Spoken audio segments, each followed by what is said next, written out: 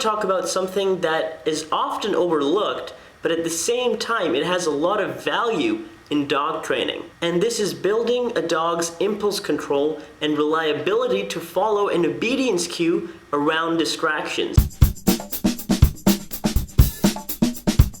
A distraction could be anything that is enjoyable to a dog. It could be the desire to chase a squirrel or a bird or to play with another dog. The thing with distractions is that we must use them to strengthen our training instead of letting them become this challenge that makes training more difficult. Essentially, we want to teach the dog that by doing something they may not necessarily want to do first, they get to do something that they would much rather do instead afterwards. For example, when we are walking with a dog, most dogs enjoy sniffing around, exploring. This is kind of how they make sense of the world. And I realize that some dogs may be more interested in sniffing than other dogs. But my point is that if we don't take the things that our dogs enjoy doing and use them as rewards, then they can work against us in dog training. So anytime that I discover something that could become a distraction, I start to think of how to add structure to that activity and use it to have a happier dog. And especially if we're going to take a dog off the leash, I think that for their own safety, it's important that we are able to maintain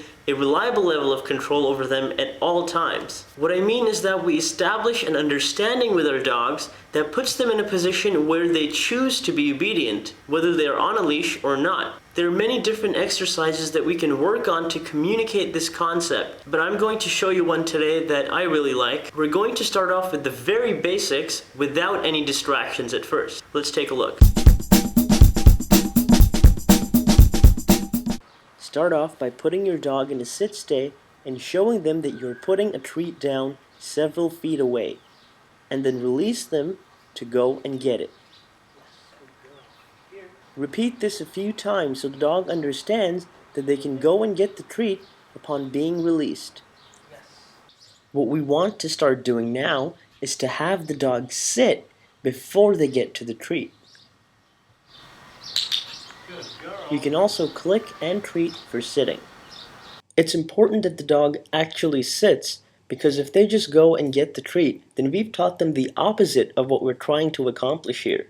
This is why we must practice on a long leash like I am doing here, so that we can stop them if we need to. So that's it. Good, okay.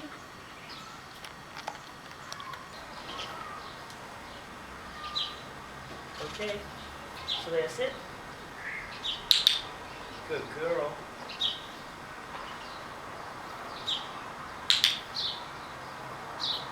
Okay, please.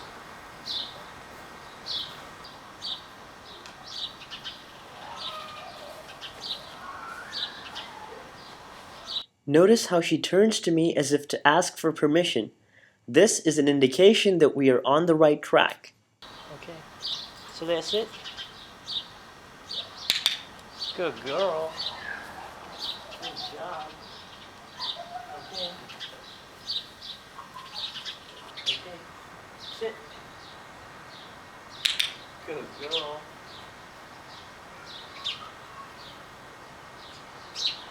Okay.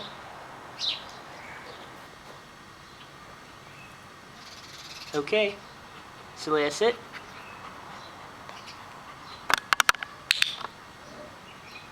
Okay, free. Okay, so that's it. Good girl. After a lot of practice, it's not going to be necessary to click and treat for every single sit. Eventually, the release will become the reward on its own. Okay.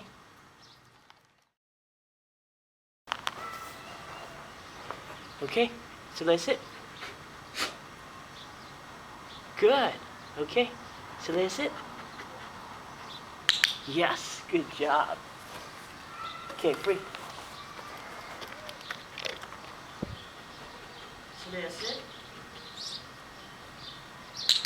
Good girl. So now come. Okay. So we sit. Yes, good girl. Okay, free.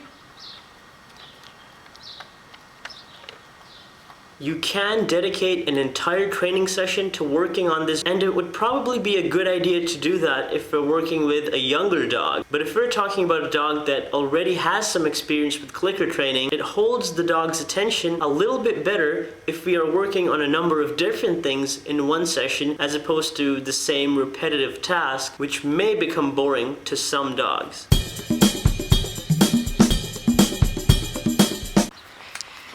Silly, sit. Good girl.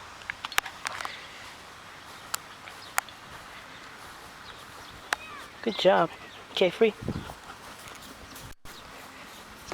Silly, sit. Good girl.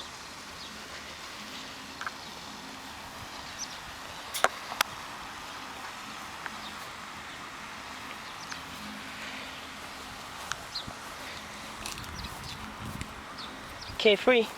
Let's go.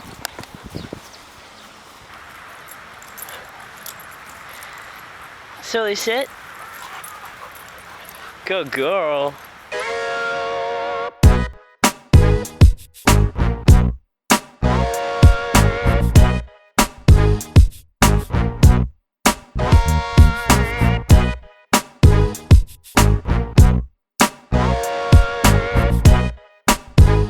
What is a distraction that you have encountered in the past with your dog? And have you tried any positive techniques like this one? It could even be something really simple. Let me know in the comments or in a video response.